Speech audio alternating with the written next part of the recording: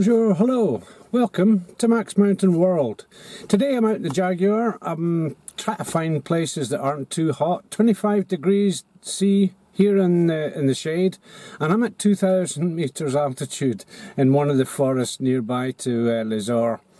It's so busy everywhere, and I found a little quiet spot here. So what I'm going to do here just now is I'm going to explain a couple of things with the Jaguar that I've done, things I'm going to be doing, and a lot of things that I'm not going to be doing to it. Eventually I'm going to do a full review of the car. Very little I found on the internet, so be quite good, this specific model anyway. And at some point I'm going to do a comparison with the Saxo. Now that might sound a bit daft, but it's not actually a comparison of the two vehicles, more a comparison of my experience with them. So anyway, today a little tour around and a couple of points of note as such. So the eagle-eyed amongst you probably noticed that the antenna's changed. I just bought this just now. The old one was all squint, and I'm pretty sure there's something broken in it because the radio was just terrible. It was just dancing around frequencies and looking for stuff it couldn't find. So have a wee look in the back here. Now underneath the floor here, we have a lift-up thing. I think this is a modification of the previous owner, and it's fantastic. Just a little hook that goes on there, keeps the floor up whilst I'm in here. Two-handed operation, just lifting up this second sort of subfloor.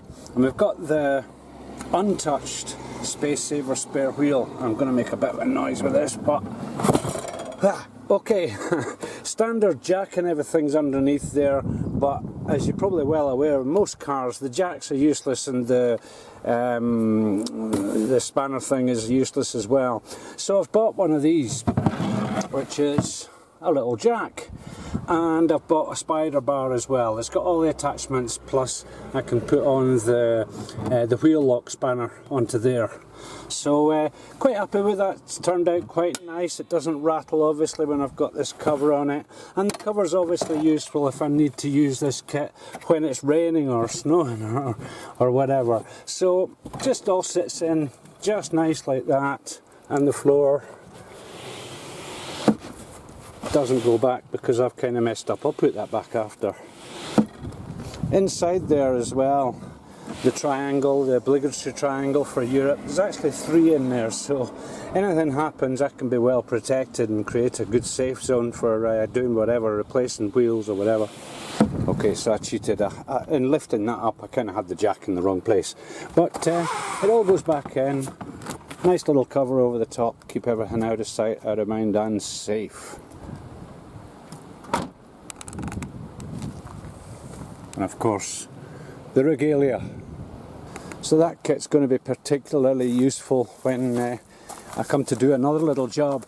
These wheels look like very easy to clean, except you can't really get inside, and I don't think the previous owner's ever been right inside to catch the inside part of that. It's probably protected it a bit from all the nonsense and salt waters or whatever it goes about, but I can test my jacking kit, I can test my spanner and everything, do a practice run before I actually need to on the road at any point.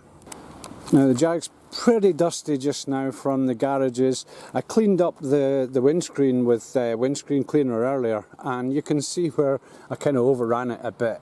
And yeah, it's going to get a full valet, but not yet. I'm going to wait until after the season, which is a couple of weeks away, and get everything done. Get to renovating up chrome stuff that's going a little bit dull and stuff like that. One thing I'm not going to do is I'm not going to attempt to do anything about, I wonder if I can see this from here, but this has obviously been in a couple of hailstorms or something.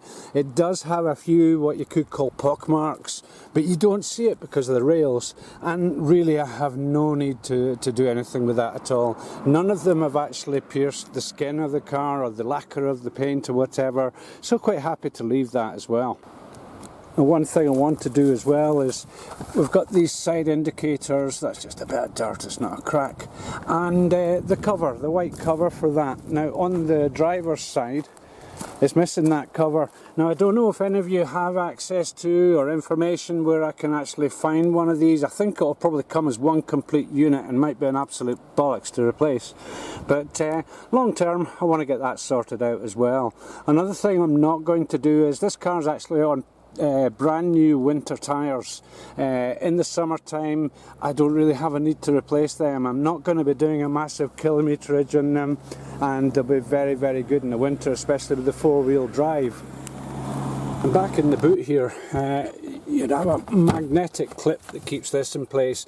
This is the CD for the navigation unit, which is quite out of date, but with mobile phones and Waze and stuff, not really needed. On the other side there's an empty space, and the magnetic connection thing was actually broken on that, so I've repaired it, super glued it back into place with a clamp overnight, and it's functional.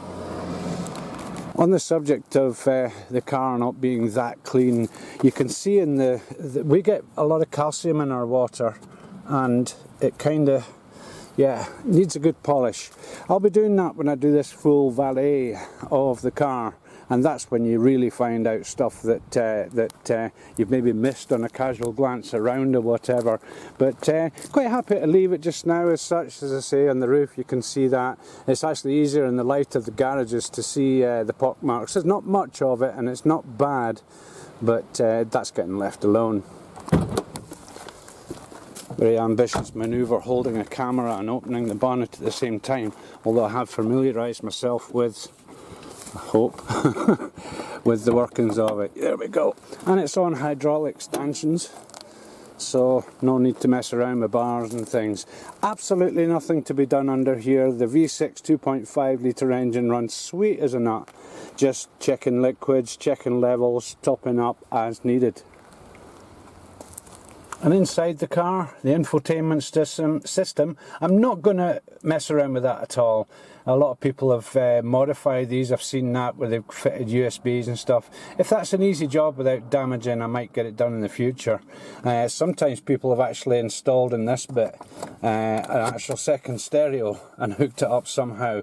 But I quite like the look of that. I don't want to bring it away from its sort of standard. I have this charge thing for my phone, or for one other slot there for anything else that I might want to hook up with it. The other thing as well is using CDs. Geez, 10 years ago that was a perfectly acceptable practice. So in the centre armrest, in the lower part of it, I've got some CDs ready to go, some of my favourite music, and if I want more music I'll just burn some up. There was a couple of things that the previous owner had modded up on it. One was the activation of this switch actually activates what I call the beep beeps, the distance monitor stuff at the front on the front bumper. I don't know why he had it disconnected. He said it was more annoying than anything else, but with that switch you can switch it on and off, so we'll have to see. Maybe it's just a connection under there that's been disconnected, who knows. Now another thing that is done, and really nothing else in here that I want to change in any way. I want to keep it as standard as possible. So round at the back here as well, when you lift up the tailgate, you can lift up, there's a little electric catch on the bottom of the window in there, and you can open up the window itself, but he's had that disconnected as well. He said it was annoying on some kind of level or whatever. I'd much rather have that working. I think it'd be handier to just have it in and out, especially stopping for picnics and stuff. So that's it, just a few things, really not much. And when I do this full valet I can sort out things like there's a little bit of fogginess about the headlights. That's easy enough sorted out. Odds and ends, tiny 2 or 3, no more, tiny little dinks on it or more marks. I'm sure they'll polish out as well. So I mean that's it's a pretty amazing condition and drives unbelievably well for a 14-year-old car. One thing I have found is, I say, I'm going to do a proper review of it at some point in the future, but one thing I've found, I'll just do a little tail out on this after after I've finished, is that it's a 5-speed automatic box, but first gear is very very, very low. And one thing I like to do is take off now and again, is just gun it a little bit and then throttle back, and it does this growling first and leaps forward. I'll show you that on the road. Anyway, thanks very much for watching. Little update on a few things I've been doing and not doing, whatever, with the Jag, and we'll catch up very soon. Thanks very much for your participation. Thanks to the subscribers. Keep subscribing. Until the next video, ciao.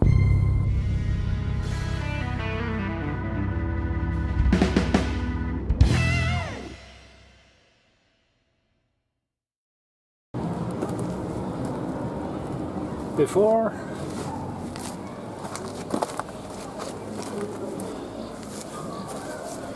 after, and that's without using the sunlight.